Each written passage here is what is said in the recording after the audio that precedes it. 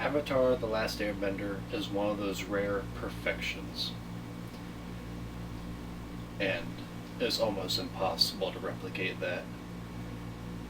But, as is, The Legend of Korra, not a bad follow-up.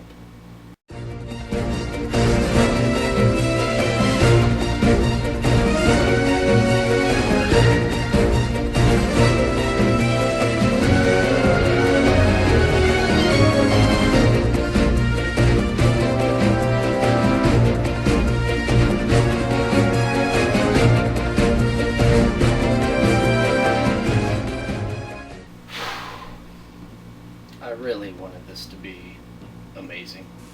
I really, really wanted to love it equally as much as I loved Avatar. But it just really doesn't do it for me. That's not saying that I don't enjoy it. My God, I really had a fun time with this series. And it was good to finally be back in this realm of Avatar and how it's come about throughout the years, and seeing certain characters older and everything. These new characters are likable as well. I mean, obviously they tried to make Bolin just as funny as Sokka, and he can be funny, but he's just not at that level. He does overdo it a little bit at times, but he still has that spark that makes you think of Sokka, and that's what they're trying to do here. You see old Zuko, you see old Toph, you see old Katara, and there's a lot of beautiful elements to this, including finding out how the very first Avatar came to be. We finally get to go to the spirit world and explore it a little bit more, see how extravagantly creative and beautiful it is, and how one's emotions can determine what the beings there will be represented as, something fearful or something beautiful. Very good elements.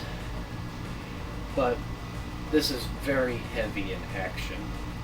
And I'm not complaining, because the action here with the bending is ridiculously cool. If anything, this has taken the action from Avatar and just brought it to a whole new level, and is awesome.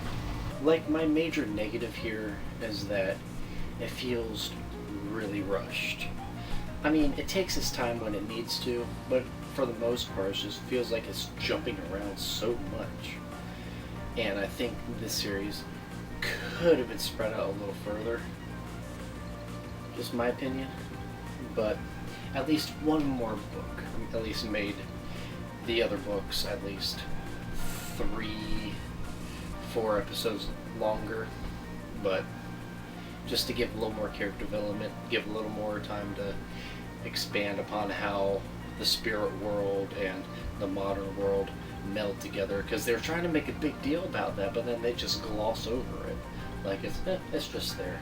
I just want to know a little more about it, see how they interact. And that was my major issue with it. I really don't want to spoil the plot overall, but I can tell you it is a decent plot, and it implicates a lot of new elements to being an Avatar and what it can entail, including new bending abilities and so forth.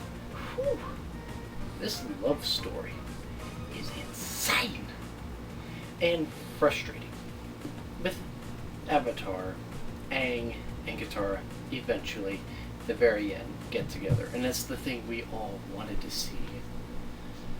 And then there's this, which I have to say is unexpected and an interesting turn of events. And, well, all I can say is, oh my. accompanied with this music.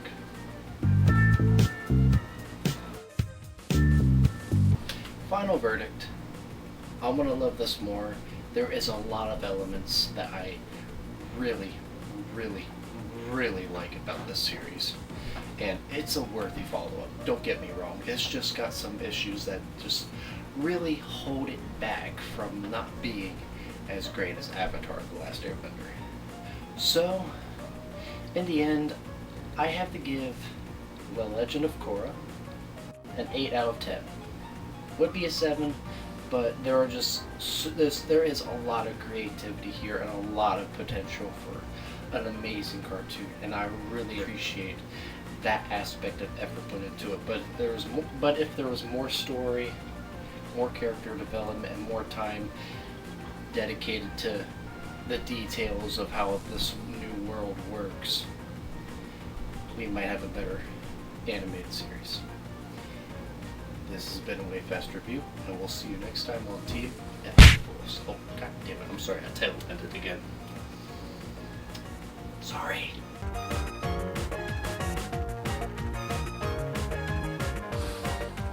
Now, if you'll excuse me,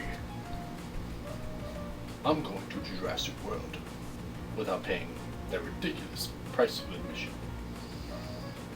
Chaos Control.